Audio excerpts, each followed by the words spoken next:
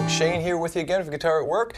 This one is again the Absolute Beginner Series. This is Wonderwall, and a great song. On the recording they have a capo on the second fret, and probably a lot of us don't have capos just yet. I'm going to do it without a capo.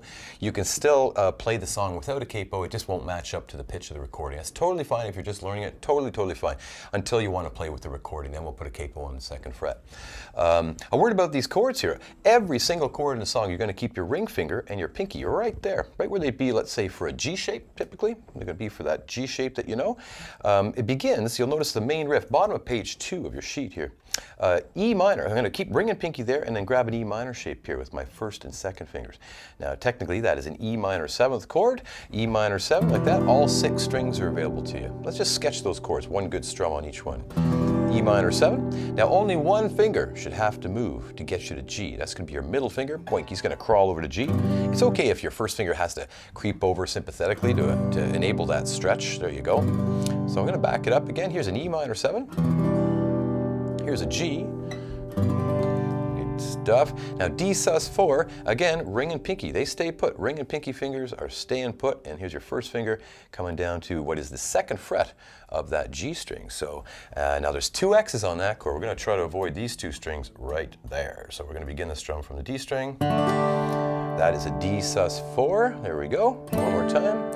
And finally, the A7 sus4. Sorry for the names of the chords. They're not entirely user-friendly.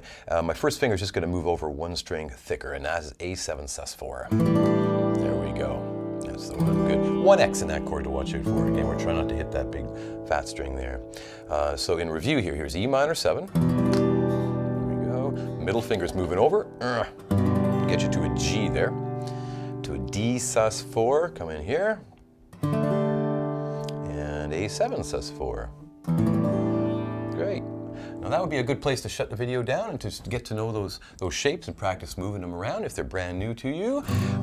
Now there's a fairly complicated strumming pattern to this. I'm just going to reduce it down here, and we'll eventually get to that actual strumming pattern. But now, just to get musical with it, and to do, I'll call it a campfire version of it, I'm going to sit on the bottom of your first page has got the strumming pattern, or a default strumming pattern, a suggested strumming pattern. I'm going to just sit on E minor 7th here, and I'm going to go down, down, up, down, down, up. That's all the time you get on that E minor 7th. Before it moves to G, I'm going to squeak over to G, down, down, up, down, down, up. Okay, now D sus4 is this guy here. Ring and pinky have stayed put. D sus4, 2 X's, down, down, up, down, down, up. And now my first finger is going to move over for the A7 sus4, down, down, up, down, down, up. There we go. So if I put that very slowly in real time, it's going to be this way.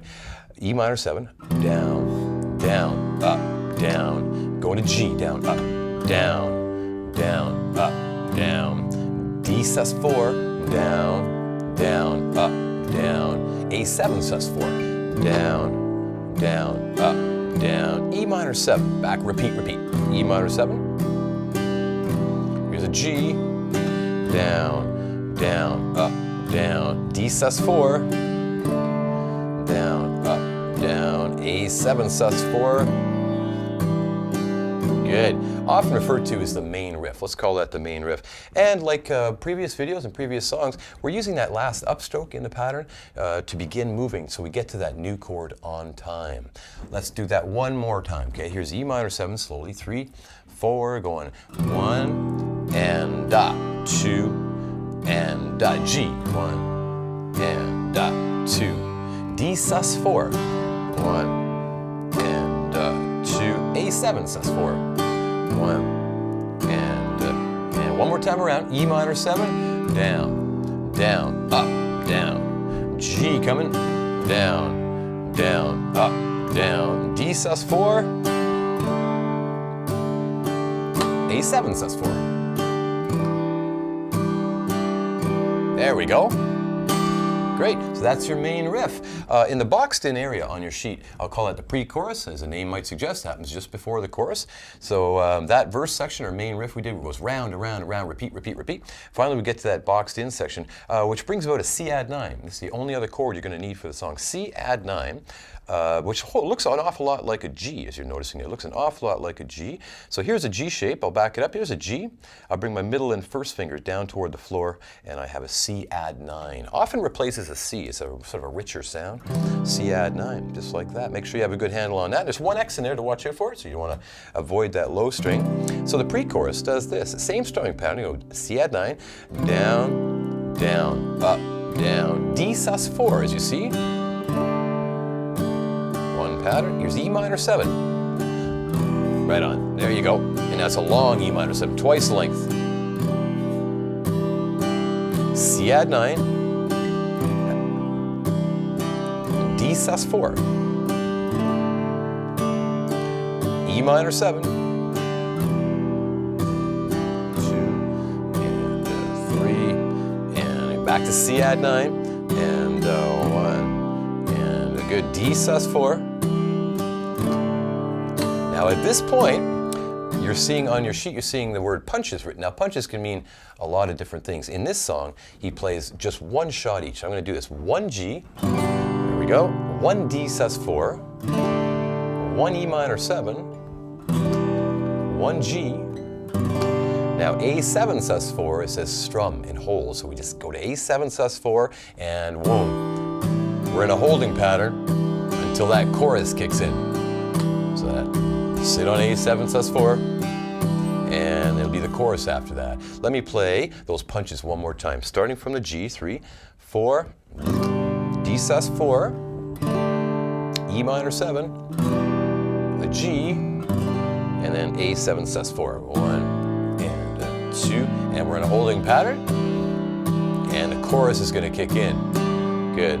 So play with me your pre-chorus, will you? Here's pre-chorus going nice and slowly. The boxed in area. C add 9. 3, 4, 1, down, up, down. D sus4. E minor 7.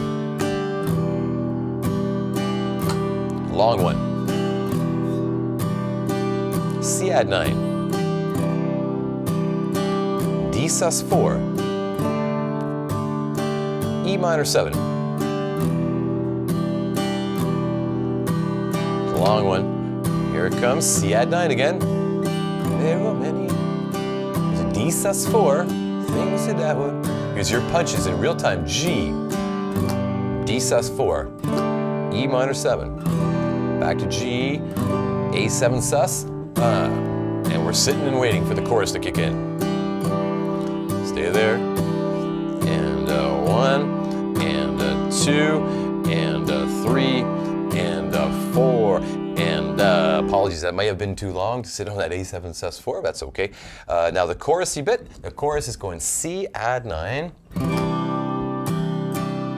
E minor 7, going to G here, E minor 7. Good, now that repeats, so here it again, C add 9, maybe, E minor 7, going to a G, E minor 7, there we go, C add 9, E minor 7,